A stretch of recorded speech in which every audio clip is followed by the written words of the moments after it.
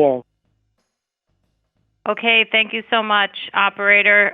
Thanks, everybody, for joining us. We have an exciting fight to talk about, certainly one of the biggest fights of the year, and we're talking heavyweights and heavyweight action.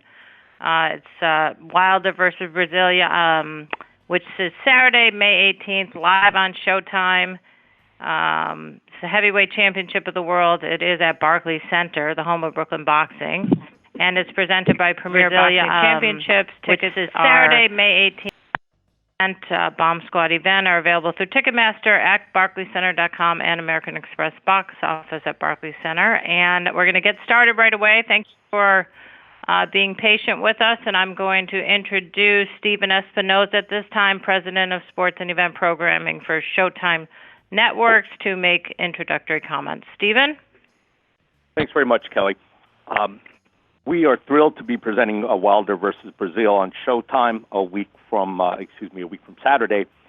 Before we get there, we are committed to this fight as if it were a pay-per-view because we believe that that's where Deontay is in his career, and this is the level of promotion that a fight of this caliber deserves. So we will be premiering All Access Wilder versus Breazeale tomorrow, Friday, May 10th at 10 p.m.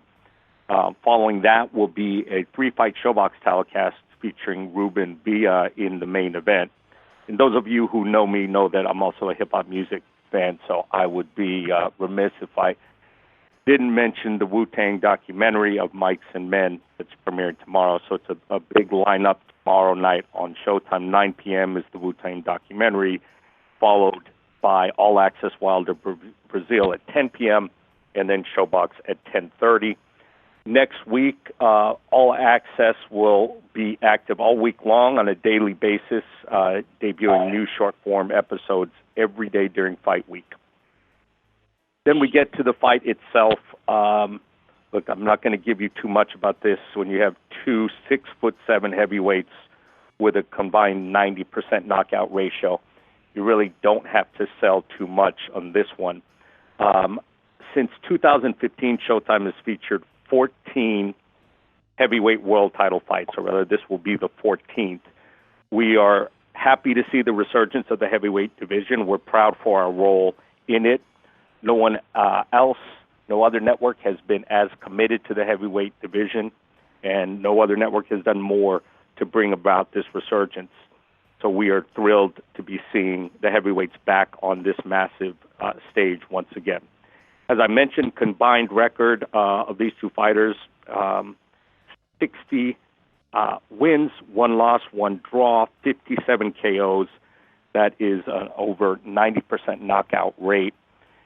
Deontay Wilder, obviously, he's coming off two of his possibly most exciting and certainly career-defining performances. Fight of the year caliber fight against Luis Ortiz in March of 2018, and then his pay-per-view debut against Tyson Fury. And those were two of the most exciting heavyweight fights that we've seen in quite some time. In Dominic Breazeale, he has Wilder will be facing a tall, strong, experienced, and very motivated opponent. At 6'7", Dominic is one of the few heavyweights in the division that looks eye to eye with Deontay. So that will be a different experience. 18 KO victories in 21 professional fights. He has been on the world stage before, taking on Anthony Joshua in the UK. And it's no secret that there's a personal rivalry between these two guys. So there is no shortage of motivation. All in all, we're looking forward to this 3-fight card. Again, All Access will kick it off tomorrow night, 10 p.m., followed by Showbox. And we will see all of you a week from Saturday in Brooklyn. Kelly? Thanks, Stephen. And yes, now we are going to turn to Trouble himself, Dominic Trouble Breazeale. He's 20-1, as Stephen mentioned, with 18 knockouts. He's a WBC mandatory challenger. He's a 2012 U.S. Olympian from Glendale, California. And for this fight, it's his first fight training with Virgil Hunter, the famed Virgil Hunter. in the Bay Area. He previously challenged Anthony Joshua for the heavyweight title in 2016 and has won his last 3 fights by knockout. So without further ado, we'd love to hear from you, Dominic, and if you'd like to make opening comments before we open it up to the press, and just let us know how training's going and your thoughts on the fight a week from Saturday. Yeah, definitely. Thank you, Kelly. Ladies and gentlemen, how you doing this afternoon? Camp has been great up here in the Bay Area. Virgil Hunter's done a great job of, performing and putting things in, implementing things for my game plan going into this fight May 18th. Definitely excited to be fighting on the world stage again for the WBC title. May 18th is going to be an explosive night. You got 2 knockout artists, 2 big 6'7", 250-pound guys. I'm super excited to be involved with the event. I'm super excited to get a big KO win May 18th. Like I said, the body feels great. Camp has gone up and beyond what I expected it to be. I'm super ready. I can't wait to get on this plane, get to New York, and get this started. Okay, awesome. Thank you for that, operator. Let's go ahead and open it up to the media for questions for Dominic. Ladies and gentlemen, if you have any questions at this time, please press star 1 on your telephone keypad. Again, if you have any questions at this time, please press star 1 on your telephone keypad. And I'm waiting for callers to join the queue at this present time. Our first question is going to come from Robert Morales from the Los Angeles Daily News. Please go ahead. Hey, Dominic, how are you, man? I'm doing well, Robert. How about yourself? I'm okay, brother. Hey, I just have a couple of quick ones for you. Deontay Wilder has turned out to be a pretty good heavyweight champion. What makes you think you can beat him? Your opinion on him being a pretty good heavyweight champion, that's your opinion alone. I don't think anybody else agrees with you on that one. But I don't see any fundamental skills. I don't see any success in his part. He's been champ for about 4 years. He hasn't grown. He hasn't changed. He's got a big right hand, but don't we all in the heavyweight division? We all have knockout power. So I think I'm walking into a fight where I'm the more skilled, more athletic, and bigger, stronger guy. All right. Well, fair enough. One more thing, Dom. You're training with Virgil Hunter now. What has he brought to the table for you? A little bit of everything, man. I don't see how I've come this far in my career. 10 years of boxing now, and having learned some of the fundamental basics that he restructured me and got me back to. They've always been there because I've had some great amateur training and some great young pro experience. But he was able to bring a lot more out in my fundamentals as far as the way I use my jab and how I use it, and other things that we plan on using in our game plan May 18th. All right, thanks, man. I appreciate it. Good luck. Thanks, Robert. Our next question is going to come from Dan Raphael from ESPN. Please go ahead. Thank you very much. Hello, everybody. Hey, Dominic. Hey, Dan. How you doing? I'm doing very well, thank you. I heard you say that you were looking forward to having a big knockout in this fight.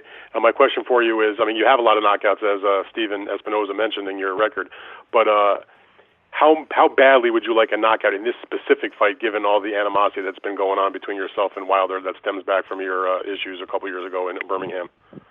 Going in every fight is probably the biggest fight of your life, and I'm always looking for a huge knockout, something to impress the fans and impress the boxing community.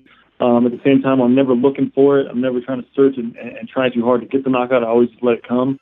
But this one, it's going to be a lot better success. It's going to be a lot better sweep in May 18th, the night after I win the title, if I get a knockout. No, don't get me wrong. A win's a win, but at the same time, I want to impress the world. I want to impress the boxing community, and a big knockout. When I say big knockout, one where my right hand and my left hand, makes contact and he goes out, doesn't get back up. So I understand that would be big, obviously, just in the sense of how big the fight would be as far as winning the title and all. But just from a personal satisfaction standpoint, again, because of, I've as long as I've watched you fight your whole career, I've not known Dominic Breazeale to really have any particular animosity with his opponents. It's a job, it's what you do. Obviously, it's a little different with Wilder. So what would be the personal satisfaction of that, besides just the great accomplishment to win the heavyweight belt? Definitely the personal things on the outside of the ring, the revenge, the fact that you approached myself and my wife and kids in a situation that was not boxing related. The gratification and the fact that I get my personal revenge knocking out Deontay Wilder is a lot bigger than just an actual win or KO or any other given night. So in your one loss, which was the fight for the title, for the other title against Joshua back in 2016. I know you've won 3 fights by knockout in a row against some solid opposition. But in the fight against AJ, you did get knocked down 2 times and stopped in the 7th round. I think a lot of people, punch for punch, would regard Deontay as a bigger puncher for one shot than Joshua. So I guess the question is, how do you think that you can stand up to his right hand if Joshua was able to get you?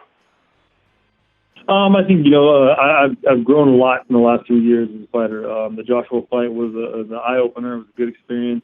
I learned then that I was standing there a lot more and taking some damage that I didn't need to take as the big guy that I am. We are, like I said earlier, Wilder's got a big right hand, but so do I, and I've got a big left hook. This is the heavyweight division. If you don't got knockout power, you got no reason to be in this division. Wilder's going to throw some leather. He's going to make some contact gap, by all means. It's boxing. It's all about hitting and not getting hit. I don't plan on getting hit a lot May 18th, and if I do, I've been there and I've done that before. But at the same time, I plan on putting on all the punishment, and if the right hand comes, so be it. I got to deal with it. It's part of boxing. All right, I just have one more question for you. I know this is your opportunity to once again fight for the title. If you talk to boxing fans out there, they look at the heavyweight division sort of deep at the moment compared to what it's been, but they pretty much look at Joshua and Wilder with the hardware, and also Tyson Fury with the draw against Wilder plus being the lineal champion, and they're sort of like the 3 at the top, and a lot of good guys right behind them, yourself included. But they want to see those 3 guys fight. Obviously, you have the opportunity to sort of upset that possibilities. But what do you say to the boxing public that is like, nothing against Dominic Breazeale, nothing against Andy Ruiz is going to fight Joshua in a couple of weeks, or against Tom Schwartz who's fighting Fury, but we want to see these guys fight each other. What is your statement on that as far as the way that people look at the heavyweight division right now? I don't disagree with the boxing fans, only because I'm a boxing fan myself. Of course, you always want to see the title holders or the best of the best fight each other. But right now, I think those 5 names that you mentioned, myself, Andy Ruiz, Tyson Fury, Wilder, and Joshua, we are the top of the division, and the fans are getting what they want to see. They're getting explosive heavyweight fights. When I fight Wilder May 18th, it's not going to be a snowfest. It's not going to be boring. It's going to be action-packed. It's going to be, a big punch after big punch, and the same with Joshua and Andy Ruiz. I'm excited to be part of the division. I'm excited to be where I am now standing. I'm also super excited to be the spoiler, man. Wilder had one hell of a deal on the table with whatever he was working with Joshua, and I think he should have taken it, because come May 18th, man, I'm going to ruin everything. And not that I'm going to put my name in that hat with Joshua, but I definitely want my revenge against Joshua as well. So we're going to mix some things up here in the near future. My way to do that is to get my WBC title, and that's what I plan on doing. All right, very good. Dominic, thank you very much for that, and I appreciate it, and I wish you good luck on the fight. Thanks, Dan. Have a good one. Thanks. Our next question is going to come from Carlos Toro from Fightful News. Please go ahead.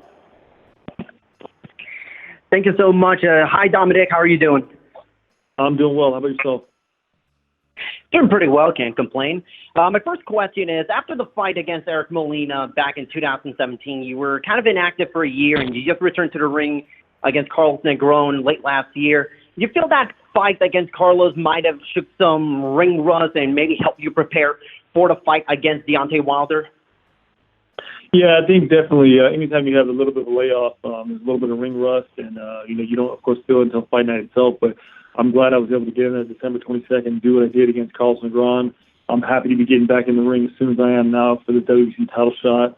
There wasn't a long layoff between me getting out of the ring December 22nd, taking a couple of days off for Christmas and New Year's, and getting right back into the gym in January. So I think, like I said earlier, I've had a great camp. I've had a lot less layoff than usual in the past, and all cylinders are firing. During that time between the Molina fight and the Carlos Negron fight, was it tough having to wait, essentially more than a year before you knew you would get that opportunity to face Deontay, since you did win a title eliminator against Molina a couple of years back? Yeah, it's definitely tough. I won the WC title eliminator against Carlos Molina, and then to be told that, it's going to be sometimes 6 months, 7 months, which turned into, I think, about almost a year. That was very tough, because I'm one of those guys that stays in the gym, whether I'm sparring, every other day or sparring once a week. I'm always in the gym and I'm always working. Sometimes that can take a toll on you. But fortunately, in my favor, it worked out great. I got another fight against Carlos Negron and defended the WBC mandatory, and here I am, year and a half later, getting ready to fight for the world title. So in a sense, it kept me motivated, it kept me working.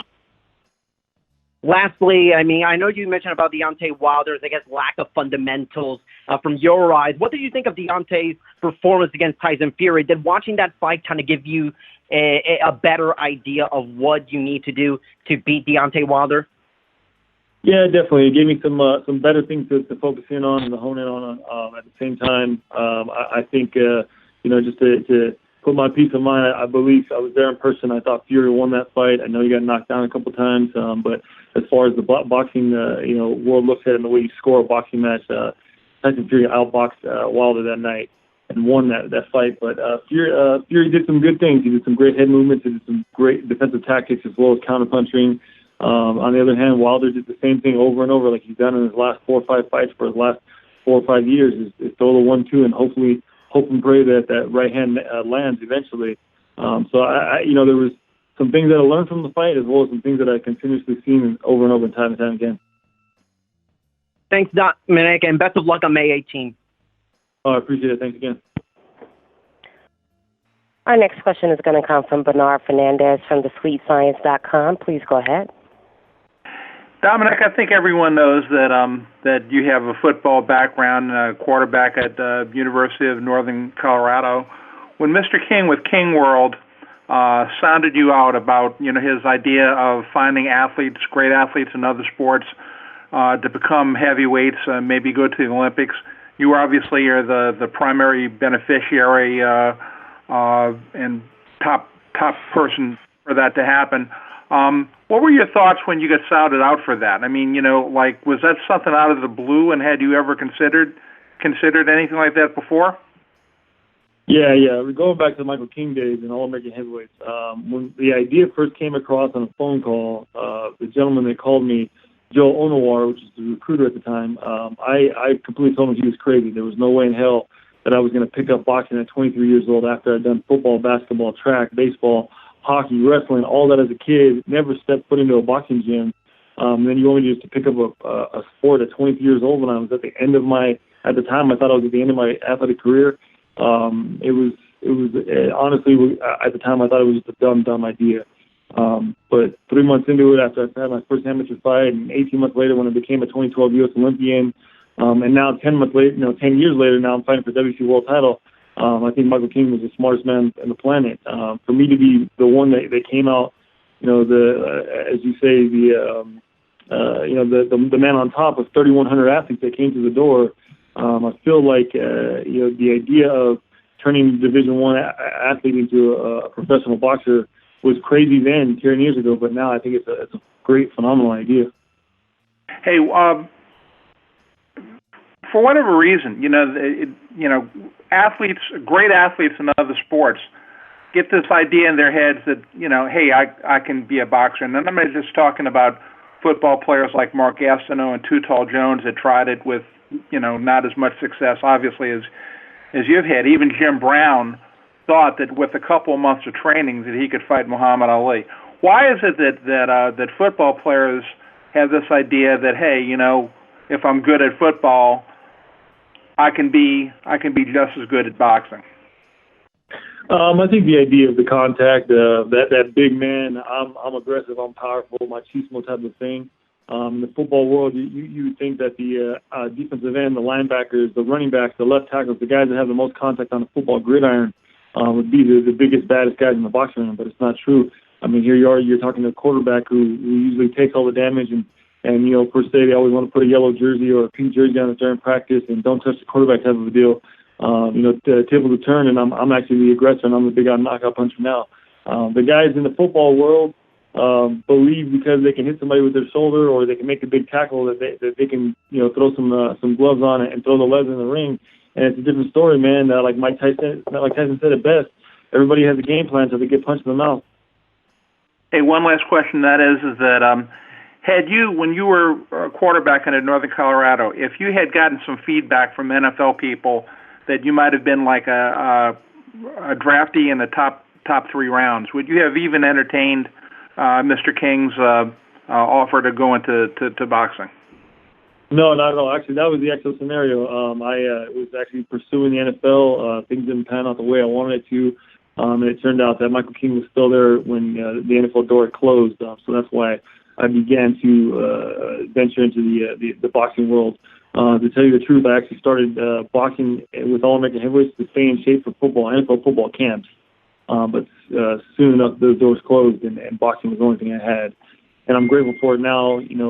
God's put boxing in my life, and it's been a blessing in disguise. And what is the spelling? The recruiter, Joe, I'm sorry, how do you spell his last name?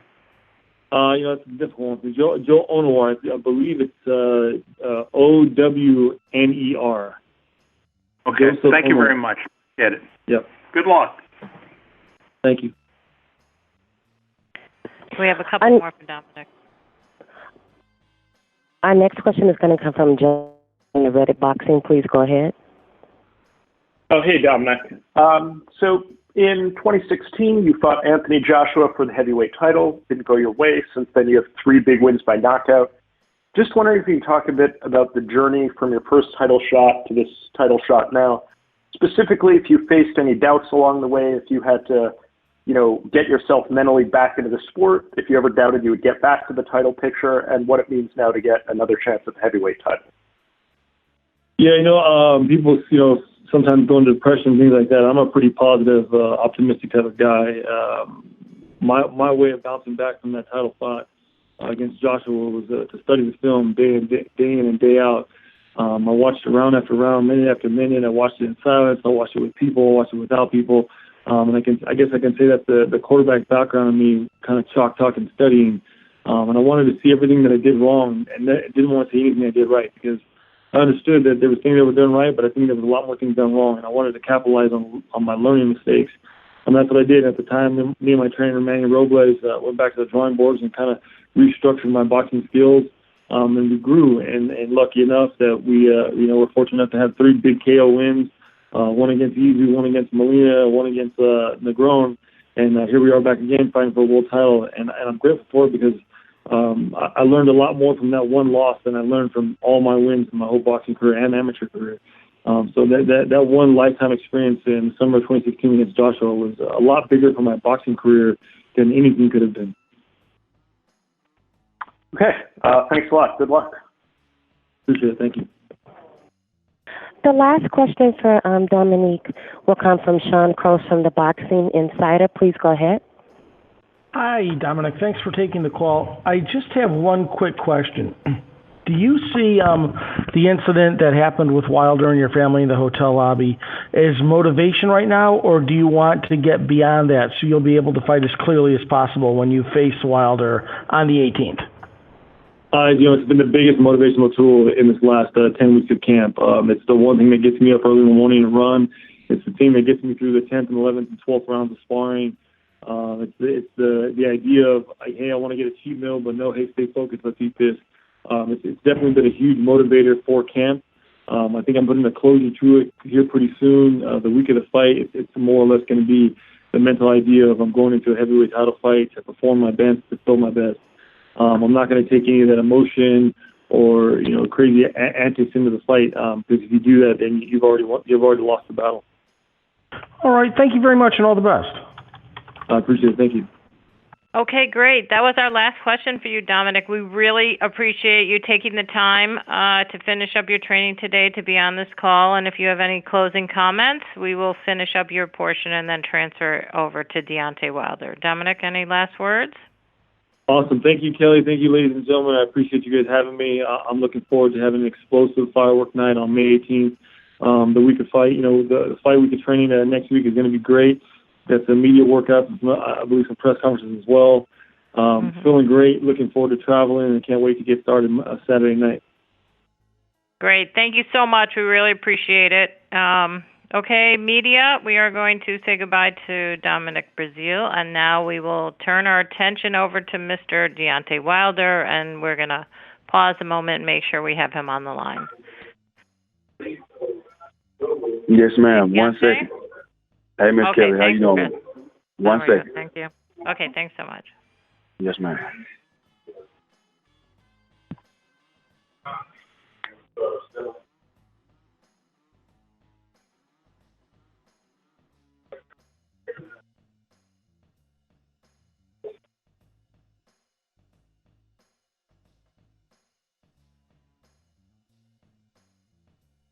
She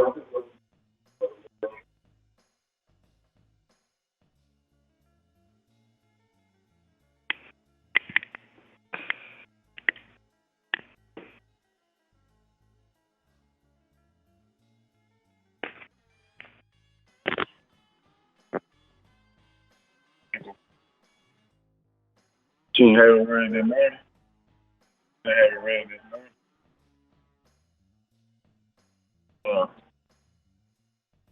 Hello? Hi, Deontay. Hey, how you doing? Good. How are you? Okay, you ready to go? I'm ready to go. Okay, excellent. Thanks for joining us. The media is, we are live now. And at this time, I want to introduce everybody to the WBC heavyweight champion of the world, none other than Deontay Wilder. He is 40-0, one draw, but most importantly, he's yawning. He has 39 knockouts. He representing his hometown of Tuscaloosa, Alabama. He'll be looking to make the 9th defense of his heavyweight title that he won back in January 2015. In 2018, he had two of the most exciting and memorable fights of the year in boxing. He defeated then unbeaten Luis Ortiz in March, knocking him out in the 10th round of a back-and-forth war. And then again in December, he dropped Tyson Fury twice, including in the 12th round of the clash that eventually ended in a split draw. This Saturday, May 18th, he will be defending his title for the 4th time at Barclays Center in Brooklyn. And he has had knockouts in all 3 of his previous defenses there. So, also joining him on the line is Shelley Finkel for any questions you might have for him. But at this time, I'd like to introduce none other than the heavyweight champ of the world, Deontay Wilder, to make his opening comments before we open it up to the press. Deontay? Hello, guys. How you guys doing? Thank you guys for coming along. What can I say that I haven't already said? I'm excited about May 18th. It's been a long camp. It's been a hard camp. It's also been a fun camp. Very interesting as well, too. You know, I done broke myself back down to the basics, and I've invested in myself more than I've ever done in my career thus far. It's crazy. It took this point, you know, there was this opponent to allow me to break myself down and get back to the basics, because I've already stated what I want to do. And I'm going to do what I say I'm going to do, just like I do all the time. But with this particular fight, I'm going to make sure I do it in the worst ways possible. And that's why That's why I decided to break myself down, and I decided to invest in myself, so I make sure I do exactly what I say that I would do, but in a tense fashion, in a painful way, and on an elite level. So I'd like to welcome Breazeale to the elite level. He's never been in this level before. He thought he did with Joshua, but Deontay Wilder is a whole different beast. I come with a whole different mindset, and we all know that I come with the right hand from hell. So, you know, I'm open up to any questions. Okay, great. Thank you. Operator, let's go ahead and open it up for some questions now for Deontay. Ladies and gentlemen, if you have any questions at this time, please press star 1 on your telephone keypad. Again, if you have any questions at this time, please press star 1 on your telephone keypad. And our first question is going to come from Keith Eidich from theboxingscene.com. Please go ahead. Hey, Deontay, can you elaborate on what you mean by you invested in yourself and you broke yourself down? Can you maybe tell us some of the things you did in camp that were different from before?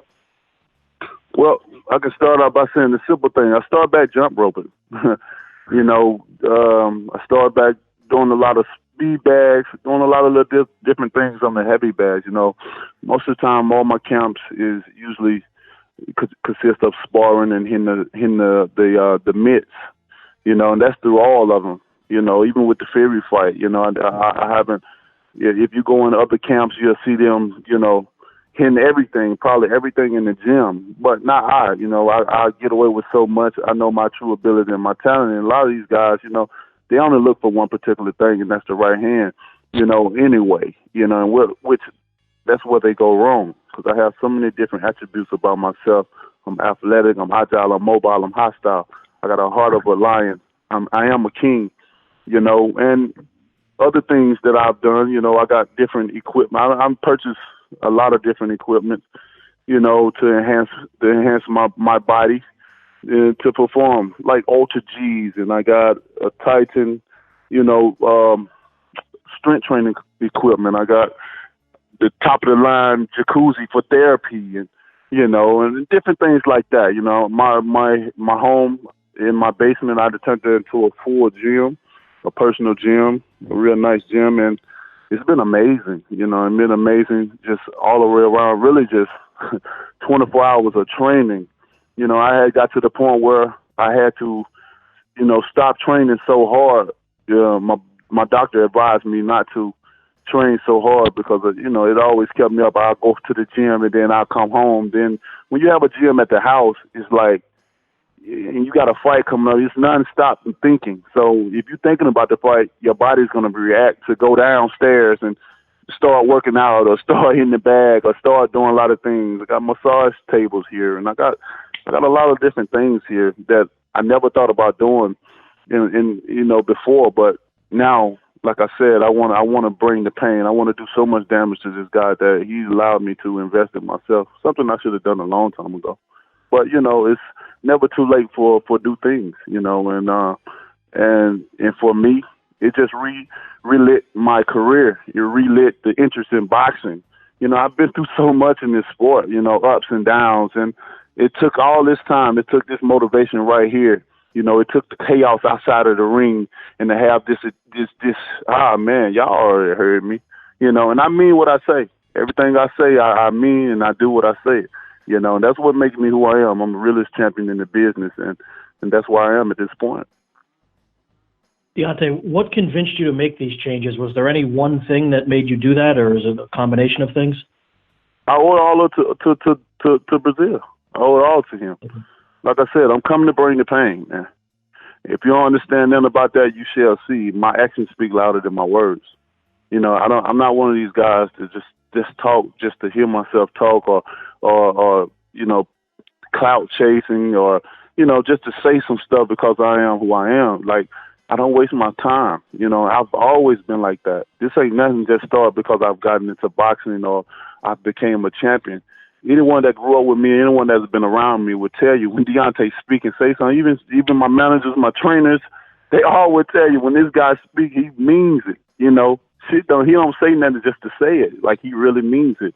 And with the things that went on outside of this ring, a man coming to my city starting chaos like that and then telling a bogus story, try to show sympathy, want people to show sympathy and remorse for him. I don't like that.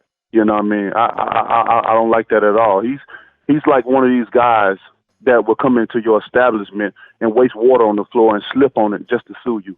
And you gotta get what goes around comes around. And it's May 18th. It will be my time. It's punishment time. It's judgment time, and I am the judge. Yeah, I just have one other thing I wanted to ask you. You've long been a critic of the epidemic that is PEDs in boxing. It obviously came to the forefront with this Jarrell Miller, Anthony Joshua situation. What went through your mind when you see a guy fail 3 tests and obviously have no regard for what he's supposed to be doing? I mean, where do I start with it? For one, I've always told people, about Jarrell Miller. I've always said certain things. I know a lot of things about a lot of fighters, man, because I know the people that does it for them. And like they tell me, the doctors tell me, they're not my friend. I'm just here for the business. And that sounds about right. I give out subliminal messages. I'm not a rat. I don't go around and call names out and stuff, but I've been saying a lot of things. One particular time I said something about Jarrell Miller. I told him, you better stop doing this and this. Somebody put out the video before. And then time finally when things happen, that's when people go, hey, why have you been saying it? I've been saying it. Why you can't believe me in the first place? I'm one of the type of people that people don't believe, then I say until it happens, which is okay because it's too late. And another thing about the situation, there's so many things you can say, about the situation. I'm just tired of talking about it. I'll leave it as this. I'm always talking about, what can happen in the rings as far as, let's say, killing a man in the ring. The thing about it, I can say the thing, I can say it, but his action was going to prove it. when a man is putting something in your body that gives rats cancer, that's going way too far. When you feeling 3 drug tests and you injecting yourself with something, you really trying to do it. So your action is going to speak louder than my words any day. I don't know why people, want to get upset when I say things when you got a man that's actually his actions finna actually show it. This boxing is so dangerous, so brutal, and now because your head is not meant to be hit in the first place. And when you getting these guys doing these PEDs and stuff like that, man, this is what they're going to do. Like, I'm natural. So I feel like I have the right to speak my piece because I am the one that's entering in the ring. I am the one, and my opponent is the one that's risking their lives. But when you're getting guys that are doing PEDs and enhancing their body to do things they're not supposed to do, shit, I don't hear no one really just criticize. I don't hear, even with the organizations, when is going to be a time where somebody put their foot down and show somebody, and man, there's so much stuff to say with that, man. But, like I said, man, it is what it is. It's a brutal sport that we're in, and I love it. I signed up for it, so I got to suffer the consequences and deal with everything that comes behind it, and I'm here. Thanks, Deontay. Thank you. Our next question is going to come from Robert Morales from Los Angeles News Daily. Please go ahead. Hey, Deontay, how you doing, man? I'm doing good. How about yourself? I'm all right, brother. Thank you for asking. Hey, Deontay, I just have one quick one for you, man. I told Dominic just a little while ago that I thought you had become a pretty good heavyweight champion over the years, and I asked him what makes him think he can beat you. Instead of telling me what makes him think he can beat you, he went on to say, I don't think anybody would agree with you that he's become a pretty good world champion. He said, all you have is a right hand, and you haven't improved at all over the years, blah, blah, blah. What are your thoughts on that? I mean, that what every opponent I've faced have said. Every one of them. If it's been 10 years, then for 10 years they've been screaming the same thing. And for 10 years, what have I been doing? I'm still here. I'm still a champion. These guys, it's different when you get in the ring with me. Any guy that get in the ring that have gotten in the ring with me or that gets in the ring with me, when I say get in the ring, I mean sparring partner, and the guys that have gotten in the ring with me being future opponents, they would tell you, this man is not what you think he is. But it's good that people think that way. People, simple-minded people like him, think that way, because when you enter in that ring and you feel that first blow, you know that you're in for a fight. My mindset is different. My mindset is so big that a spaceship can fit in it.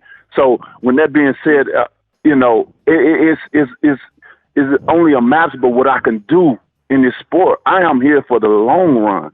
This is not a short run for me. I'm here for generational wealth. That's why my talent is so unique that I'm betting on myself. I'm taking the control of my career in my own hands because I am the talent. I know what I possess. A lot of these guys wish they had what I had, but, that's just an easy way to cop out. 10 years he been doing this in the right hand, this and that. Yeah, we're going to find out. And it's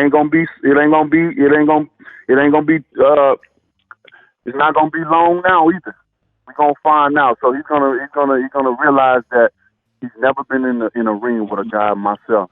He felt like he fought for a world title before, and he's seen that he didn't belong there in the first place. Now he's in there with a real killer, a real one that speaks his peace, and I mean what I say. Nobody's going to stop me. I mean what I say, and I say what I mean, and come May 18, he's going to find out. This guy is very nervous. I know everything that he wants to do. I know it all. He should be nervous. Because I don't mean no good for him, all bad intentions. This is if you're a first time viewer of boxing, and I don't, depends on how you feel about seeing a body on the ground or seeing blood come from somebody. You're gonna be in for a treat. I hope you stick around for the next one and the next one to come because I'm the most exciting heavyweight in the division. Period. There's no one that's more exciting than I that bring the pain, that bring the drama as I. And I can speak it. A lot of these guys, want to speak kind and soft and, want to be politically correct and want to talk proper. No, I tell you how I feel in the moment of time. I feel the energy of the room. I feel the energy of myself, and I release that. And I tell you how it is. And when it's time to me to display that, I do that as well, and I do it in a great fashion. Thanks, Deontay. Appreciate it, man. Good luck. Yes, thank you so much. Our next question is going to come from Dan Raphael from ESPN. Please go ahead. Thank you very much. Hello, Deontay. What's going on, Dan? You doing okay? I'm doing okay. Thank you very much. I wanted to ask you about this. So you have your fight next week. Anthony Joshua is going to defend his titles on June 1st, and then a couple weeks after that, Tyson Fury is back in the ring in Las Vegas on June 15th. And so you're not fighting each other at the moment in terms of the three guys getting together, but I wonder, in your mind, is there any kind of competition within you to want to show the boxing public or the fans that, you know what, we're all fighting within a 30-day period roughly, and you want to be the one that shows the best performance of those three to sort of let people continue to gauge you against each other? You know, I haven't even thought about that, Dan. Nor would I think about it after this conversation, because I know what I possess. I know who I am, and as you can see, I'm the most exciting out of all two of those guys. These guys don't bring the excitement like I bring, and Tyson Fury is the most boring one of all of us too. You know, so I think I just continue to do what I do and do what I do best, and that's knock these guys out silly. You know, I'm not in competition with none of them. You know, they're great guys, they're great fighters themselves, and I expect them to be themselves. Don't add no pressure onto it. Do what y'all guys do, and Deontay Wilder's going to do what he do. So now, before you talked to me about this, you in your previous comments, you mentioned about taking control of your career. And I know that you have a worthy challenger, mandatory to take care of next week. But you know that everybody would like to see you in a rematch with Fury, you against Joshua. You know, Joshua maybe against Fury, given, you know, they're both from England. So what do you say to the fans who say, you know what, you have a good fight coming up with Breazeale, but we want to see all you three fight each other, you in the rematch and those other guys? How do you explain to the public why those fights are not happening at the moment? I mean, well, it's simple. You know, if they take the time and take a deep breath and sit back and reflect on the past and what has happened, and I know we're in the present right now, and the future is bright as well too. But if you look back in the past and sit back and see what Deontay has already have tried to do, him and his team has tried to do. Let's start out with Fury first. With Fury, since Fury felt like, it was, you know, everyone got everyone got that perspective of him beating me 12 out of 10 rounds from ESP, from Showtime with Steve Farhood cards and the commentaries being on Fury's side the whole way through, you know, and I worked with these guys, and they you know, bigging him up more than I. So when you get new people come in, they don't know what they're looking at. They don't know what's going on. So they're going to look for the so-called experts of the sport and listen to them. So let's start from there. They carry away with that. So if I'm a fighter and I'm thinking, hey, I beat his ass, you know, 12 out of 10 rounds, you know, my first reaction is I want an immediate reaction. If I feel like I got done wrong, you want an immediate reaction because you know you want an immediate rematch because you know the second rematch, man, if I beat him that wide of a margin, then shit, the rematch ain't nothing. That's going to be simple. It's going to be easy. So what we did, I said, hey, no, you didn't. I whooped your ass. I was the more aggressor. I the one came. Hey, what was the main highlight of the fight the whole night? I think we all can answer that. It's Fury getting knocked on his ass and getting back up. That was the whole highlight of the whole fight. So in that sense, I'm like, hey, I won. So I want a rematch. I want to, as a champion, instead of moving forward, I want to give you this rematch. I want to bless you. So what did he do? So if you're a guy that knows that you beating me with a wide margin, you immediately take that rematch. You don't run and get other fighters or get tune-ups. So you immediately take that. Fury know I gave him a concussion. He didn't. When you get a man that don't understand how he got on the ground nor how he got up, his brain has been shook. He don't want that fight no more. He don't want to get in no more. This is the common sense of a fighter. But as a fighter, we must, you know, promote ourselves. We must carry this type of, you know, this ego of like, I'm the man and I did this and that, because we don't want people to look upon us as punks or somebody that's scared. Or whether you're a fighter, you don't supposed to be scared. Well, we're human beings as well, too. So deep down inside, he knows the real reason. That's why he's fighting another guy. That's why he had the contract in his face for 5 days to a week and then sign it. And when Showtime when ESPN came along and all them, yeah, it sounded good because they knew I was in the back of that. They knew the rematch was coming. They wanted me on the back of that, you know. So that right there already killed his theory of trying to fight. He didn't want that fight, or it would have been happy. I wouldn't have had to fight my mandatory. I would have went straight to Fury and then got that fly out of the way in Brazil. With Joshua, 4 months. Hey, 4 months. Try to be brief on Joshua, okay? If you wouldn't mind. Oh, most definitely. It's easy. It's easy. 4 months. We tried. 4 different occasions, maybe 5 different occasions. 12.5, 15 flat feet. He said I want 50-50. We gave that to him. Wait, no, my country deserves me to fight here, so I'm gonna fight here. So he didn't want to fight. Then the zone thought they was gonna step in and make the fight. Then they had to come back and apologize because they wasn't prepared for us. That's 4 or 5 times we tried to make the fight. Now they crying because they don't have nowhere to go. Man, hey, the fans, go back and study it. Go back and look and see who really is the king of the division, who really tried to make these fights. And when you come back, you'll find yourself being in a better place, and you'll come with peace with yourself. Thank you. All right, I got one other question. I'm going to change gears a little bit. And the fine PR people actually sent this out, and I found it to be very interesting. The fight that you're going to have against Breazeale is going to be your 9th title defense. You're starting to sort of edge into historical names on the list of heavyweights that have made that many defenses if you're successful against Breazeale. And I'll say that it would be 9 defenses, how many Muhammad Ali made the first time he was champion. It's the number of title defenses that Mike Tyson made in his first famous title reign, and it's the number of title defenses that Lennox Lewis made in his second championship reign, which was obviously when he was at his very best. What would it mean to you to sort of put yourself in that list of guys to get to the 9th title defense in the heavyweight division? I mean, it means a lot. It means a great deal to me. It means a lot of accomplishment.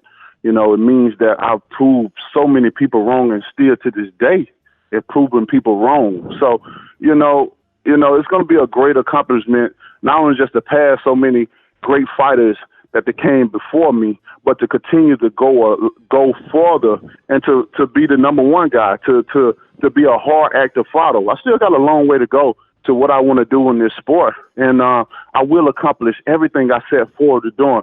I'm an amazing fighter, I'm amazing talent, and I got an amazing team behind me. And with that combination, man, sky's the limit. All right, very good, Deontay. Thank you so much, and I'll look forward to seeing you on the 18th. All right, baby. Thank you. Thanks. Okay, we got a couple more for you, Deontay, and then we'll wrap it up. Go ahead, operator. Our next question is going to come from Carlos Toro from Fightful News. Please go ahead. Hi, Deontay. Thanks so much for taking time to talk to us. Much has been said between the two of you in the build-up to this fight between you and Dominic Breazeale. Do you feel like this fight is a little more personal to you than maybe some of your past fights? Oh, most definitely. Oh, man, and that's not a laugh of joy. That's an evil laugh right there. In an evil scene, the evil man got a laugh. That's my evil laugh. I think the most exciting I've been and want to hurt a man so bad was back in 2015 with Berman Stavern, and we all know what happened to him. And the second time was just play around with him, So, with this one right here, behind the story that comes behind it, people got to understand when you're dealing with Deontay Wilder. I'm passionate about what I say. I'm passionate about what I do, and what Dominic Breazeale and how he displayed himself on that night, because I put him on my card. He didn't have to be on my card. But you come to my hometown and cause this mess, and you, like I said before, you want to start this drama and act like you was the victim and your wife was the victim. And, I guarantee you right now, they don't even know what their kids was during that moment in time. But I can tell you where they was. They was with my brothers. They was guarding them as if those kids was mine. And I don't like it. I'm a man. I can accept my faults. I can accept my wrongdoings. But when you get a guy like him, like I said, he's a guy that'll come in your business and waste water, or waste ice, and slip on it and purposely and try to sue you for money. He's an opportunist, and I don't like that. So I needed this boost. As a champion of the division, I needed this boost. Because like I said, I never thought about investing in myself the way I've done. To be a champion and get away with so many different things, man, it's been crazy. But now I've turned every stone over, man. This is the most exciting camp that I've ever had, in my entire life. I feel it tops all camps, and I needed this reignition in my life. I needed this extra boost because I will do what I say I'm going to do in that ring tonight. I'm a damn near try it. Guarantee you that. I know you wanted the rematch against Tyson Fury after you guys fought to a draw, and I think I speak for a lot of people in the boxing community in saying that they wanted to see that fight, or at least were expecting to see that fight next for the both of you. Was it frustrating for you to kind of have to reset yourself and now think about preparing for other opponents that are going to be wanting to fight you, starting with Dominic Breazeale, now that it's looking like a Tyson Fury rematch is going to have to wait quite some time, if it will ever come?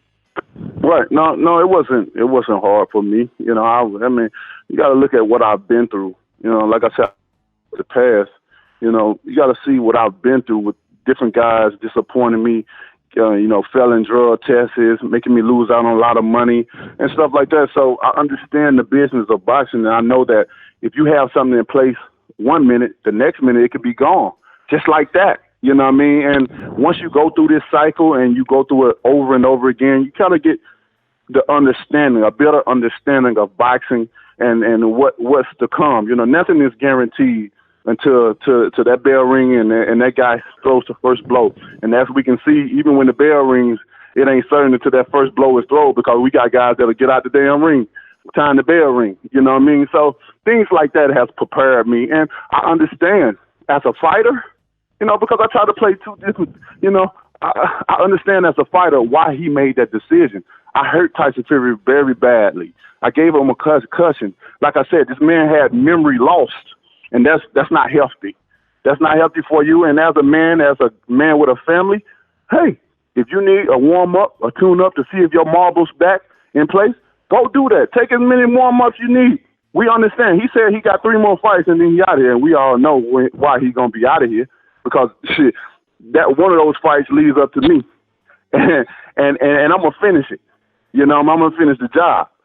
So I understand it all. I'm not a guy that can't understand things, even in everyday life. If someone going through something, I try to. My mind is, like I said, it's so big. A spaceship is fit in it. So when you were describing something, you're telling me something. I try to take my mind in a virtual reality and put myself in your position, and I try to look at every aspect possible and try to go and understand. So I understand why he made that decision.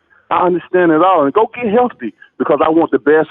I want the best Fury when that time comes, just like I want with all these guys, because I don't want no excuses. I don't want nobody saying this and that. I'm the only fighter that can come in with damaged arms and body not feeling well and still knock you out, because I am blessed. My grandma said I was anointed by God, and was she so right? Thanks, Deontay. Best of luck on May 18th. My man, thank you so much. Blessings. Our last question is going to come from John Cudney from Reddit Boxing. Please go ahead. Oh, hi, Deontay. So this is a question about you betting on yourself in the decisions you've made in your career. There were discussions of a Joshua fight last year. A lot of people on the internet criticized you for not taking their offer unconditionally. It didn't come together. Now, a year later, the Zone offered you a significantly bigger deal. So suddenly you look pretty smart for turning down that deal at the time. Now you turned that deal down again. So just wondering if you can talk about this topic of, betting on yourself and what, the plan is on your career to maximize the value you can get out of your career. Yes, most definitely. Like I said, if anybody's going to dictate my career, it's going to be myself. I understand how it is to have a promoter and what comes in the contracts of having a promoter. But when you get to a certain point and you're the talent, you're the one filling the people in the seats, and they come to see your talent, and if you have the opportunity, why not take a chance on yourself?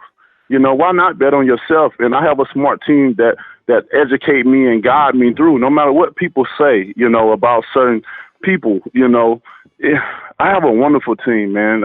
Me and Shell and Jay and we started with them. We always say we started together, we're going to end together. And when we brought Al on, that even more made my team strong. So who I'm with now is who I'm going to end with. And they're guiding me all the way through. They're going to make sure that not only do I go in history, but they go in history as well as a team. And it's a blessing feeling to have such a strong team in a business that's so dirty, and that's why we said we're betting on myself. I have everything established and set for myself, my own promotion, and we're looking forward to do great things. Not only after I retire and get away from the sport, but things we're going to stay alive with the promotion. We're very serious in promotion. I know a lot of guys, I got a promotion company. That sounds good, but what do you really want to do with it? And I'm in it for the long run. I think I have the talent and ability to display myself in a way that it can bring excitement, as I've already done. But the next step is to come, and outside of the ring, I think I'm going to be able to promote fighters and be able to talk about them and not about myself, and be able to really promote fighters and bring the next Deontay Wilder or the next whoever they want to be. I always tell, just like I tell my brother, I don't want you to be just like me. I want you to be better than me. I'm a type of person that even if you do better than me, I'm happy for you. And a lot of people is not like that, because some people, if you get equal to them or higher than them, that's when the jealousy and envy come. I'm not that type of person. My heart is of gold. I'm a provider, I'm a protector, and I love to see people do great, even if it's better than I. Thank you so much, Deontay. Just quickly, if there's still a bit of time, Shelley Finkel, if you're on the call, I'm curious to hear you address the same question of Deontay Wilder betting on himself to maximize his value in his career. Look, he is willing to take the risk both in taking low money, and he offered it for Joshua. He's willing to walk away. One of the most powerful words in the world is no. And he is strong enough to say no and believe in himself that whatever he said no to now will be worth a lot more later. And so far that has proven true, and I don't see any reason it won't be going forward. He's a very, very strong human, not physically, but mentally. And when you're with him, and he's with you. There's nothing better. People have tried to break us up. His strength of who he is he knows who was there for him, whether it be Jay or Al or myself. And that's who he sticks with. And, I'm just very proud of him and proud to be part of his team. Okay, on that note, I think that was the last question. And what I'd like to do is ask Deontay if he has final thoughts before we hang up, and look forward to seeing you next week in New York, in Brooklyn, New York, for Fight Week. Deontay, most definitely. Just thank everyone that's came on the phone, everyone that's listening and tuning in. May 18th is the time. I thank everyone for being patient with this little thing that we got going on in the heavyweight division. Just look at it and consider it as the excitement is back in the heavyweight division. The fire is lit. And, it's like I'm more excited than I've ever been in my career because of everything that's going on with it. So I ask people just to be patient, and what comes patient comes time, and we got to be able to even both out patience and time, because they all work together. You're going to get the main fights that you guys want to see. The great thing about it that we're all still in discussion.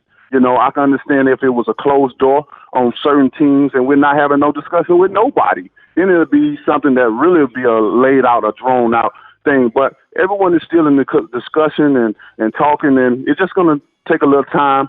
But I just tell people, the fans of boxing, the people that's coming in boxing, everyone just to have patience. The big fights are going to happen. And that when the big fights happen, that Deontay Wilder's involved in it. Because most of these guys, they live by the motto of less risk with higher rewards. But we've known that I took high risk with low rewards, and that but we've gotten smarter. We've proven ourselves, and we've doing our own thing. Like I said, we're betting on ourselves, and when I bet on myself, you're gonna get great response. You're gonna get great shows out of me, and I'm looking forward to May 18th. So I see you guys there. And I'm looking forward to you guys. And I also want to announce my new clothing line. I got it coming out that'll be sold, online. You look out for that at bombsquad.com. We got a DeontayWilder.com as well, too. We redid everything up. That way you can have your gear ready for May 18th and support me like none before, baby. So I'm ready to go. Let's do it, baby. And